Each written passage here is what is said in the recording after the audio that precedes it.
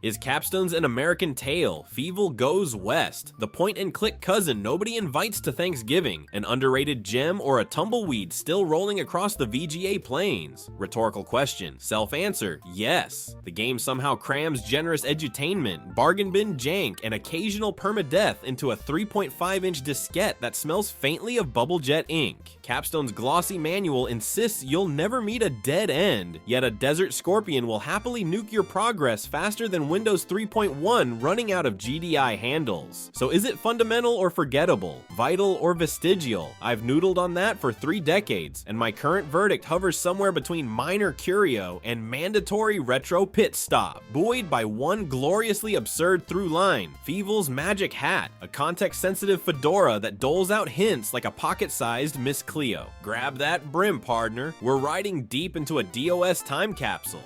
Just mind the venomous arachnid lurking off screen. Historical context. By 1993, Capstone Software had perfected the art of licensing anything with even a whiff of VHS shelf life. They'd slapped their logo on Wayne's World, Homie D. Clown, and the magnificently deranged William Shatner's Tech War. The partnership with Manley and Associates, a solid contract shop later rebadged as EA Seattle, seemed almost respectable. Heck, composer Tom McMail even coaxed a twangy score out of an AdLib card, which in 1992 felt like audio sorcery. Timing, though, was both blessing and curse. Fievel Goes West, the film had cantered into cinemas at Thanksgiving 1991, but the DOS title didn't ship until late summer 92. Some catalogs list an early 93 enhanced VGA repress. By then, LucasArts was prepping Day of the Tentacle, Sierra had pivoted to icons for King's Quest VI, and multimedia PC hype was giddily promising 16-bit color FMV on every desk. Capstone's 2-diskette mouse adventure felt positively quaint next to the new talkie versions of Monkey Island 2. I first met the game at a mall computer shop kiosk, one of those gleaming gateway demo rigs ringed by foam Klasky Xupo cows. The clerk had queued up Capstone's shareware sampler, and when Tech War crashed, as was tradition, the launcher defaulted to Fievel. I double-clicked, saw the magic hat flash, and promptly spent 12 minutes flipping memory match cards while my best friend dropped his allowance on a Gravis gamepad. Priorities, right? That accidental encounter seeded a lifelong fascination with the title's weird dual identity. Half classroom, half carnival, Capstone's marketing hammered the no dead ends hook. Parents of the early 90s feared unwinnable states the way modern parents fear Roblox Robux scams. But the reality proved nuanced. Yes, you could rarely break the narrative beyond repair, yet certain screens served lethal consequences. Mistimed card wagers left you penniless, triggering a polite but firm game over dialogue. Stray into the desert's wrong cell, and the resident Mega Scorpion dimmed your DOS prompt faster than DL/S. In other words, friendliness, but with iron spikes under the welcome mat mechanics. Castle Garden, the Big Apple Mouse Trap. The opening shot isn't an ocean deck, but a bustling Ellis Island adjacent courtyard circa 1890. Vendors hawk pretzels, Waul and T rat whispers Ponzi schemes, and Tony Taponi gatekeeps the next screen until you prove basic problem-solving chops. The cursor morphs automatically. Speech bubble, magnifier, hand, arrow, eschewing Sierra's old verb rose and LucasArts' right-click carousel. It's sleek, if a touch twitchy. Capstone front loads 3 critical fetch quests: skull, dice, and skeleton key. Nab all 3 and you help Gussie Mouseheimer erect the giant mouse of Minsk. Yes, that papier-mâché Godzilla cameo. Frightening warranty rat straight into Act 1's mini-boss memory match table. Lose the card duel too often and he pockets your coins, unleashing a game-over sting that feels equal parts teacherly scolding and DOS slapstick. No insta-deaths, just an admonition and the title screen. Still counts? Capstone, your no dead-end warranty has asterisks the size of Staten Island. All aboard, dots, boxes, and bandits. Once Fievel secures rail tickets, courtesy of a cowboy mouse skulking in sewer pipes, don't overthink it. The interface pivots from Ellis Island brickwork to mahogany railcar hallways. Here, Kadar Wall invites you to a lethal game of dots and boxes. Connect enough squares, and the feline villain huffs away. Fail. Cue another black screen game over snippet with a jarring try again just prompt. Rhetorical question, did Capstone invent Dark Souls? Self-answer, only if Hidetaka Miyazaki grew up on Tandy Sensation commercials. Green River, slingshots and sheriff school survive the desert, stumble into Green River, and discover that the town's canine sheriff Wylie Burp has, well, gone to the dogs.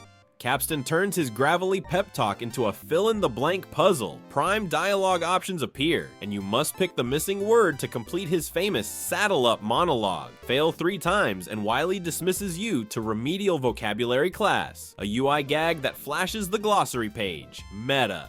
Nail it, and he grants access to the Slingshot Gallery, an over-the-shoulder shooting range where tin can targets shuffle like 8-bit pachinko.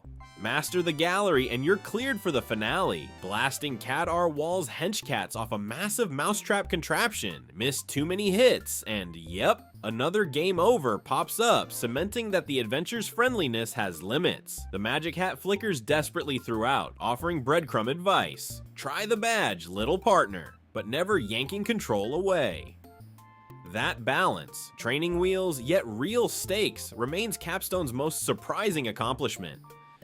Interface flourishes and nerdy curios magic. Hat hint system, click hat, arrow cursor, turns Harvest Moon orange, arrow text bubble dispenses context sensitive clue. In 1992, this felt straight up wizardly, a built-in FAQ that spared your parents late night strategy line phone bills. Inventory weight gags. Each object has a humorous weight rating. Fievel quips heavier than Tiger's lunch when you drag marbles over his icon. Pure, pointless flavor, 100% my jam. McMail's adaptive score. The soundtrack shifts key signatures when your health, mouse morale, dips after a mini-game loss. A proto-dynamic soundtrack trick 3 years before Monkey Island CD-ROM toyed with iMuse. Legacy and influence. Commercially, the title sold modestly, barely 5-digit units if trade show chatter is to be believed, yet it left paw prints in unexpected places. Humongous Entertainment staff have admitted in forums that they studied Capstone's kid-friendly interface while sketching putt-putt prototypes. The Magic Hat's on-demand clue model resurfaces as Pajama Sam's talking inventory and Spy Fox's self-narration. Academically, Fievel Goes West pops up in research papers on intrinsic scaffolding, the game's layered hint pyramid, a magic hat, manual glossary, fail retry loops, predates modern accessibility sliders. Yes, you can die, but the punishment is short, the solution telegraphed, the reload friction low. That soft fail design swirls through the DNA of later Telltale Adventures, visual novels, and even Nintendo's modern assist modes. Preservation-wise, the game now floats in abandonware limbo. There's no GOG license, no Steam repackage, no scum VM script. Emulation hobbyists treat it as a canary. If your MIDI driver mangles McMail's desert drum line, you've misconfigured DOSBox. Community speedrunning never formed. Competitors prefer the very different SNES platformer, but hobbyists trade task-light videos showing sub-45-minute clears achieved by strategic hat hints and desert maze mapping. And let's not forget scholarship. The manual's vocabulary list, a full 2 pages of definitions from aviary to vacillate, makes the game legit cross-curricular. In the mid-90s, elementary teachers stockpiled the CD-ROM reissue as a stealth reading aid, precisely the kind of half-remembered factoid that fuels retro podcast tangents.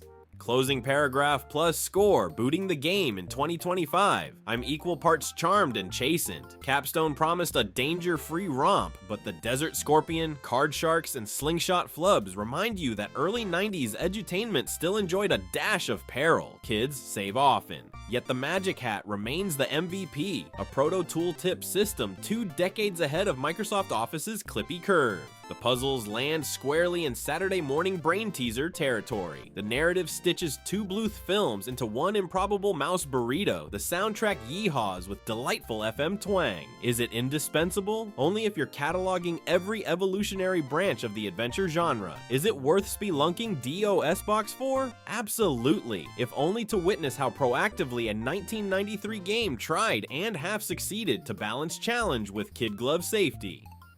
Final score, 6.3 out of 10.0. A sheriff's badge coated in Velcro, it'll stick around if you press, but one vigorous shake and it's back in the toy chest. Will I replay when some hero ports it to Scum VM? Rhetorical question. Self-answer. I've already set a DOSBox shortcut labeled hat%20hint.bat, so yes.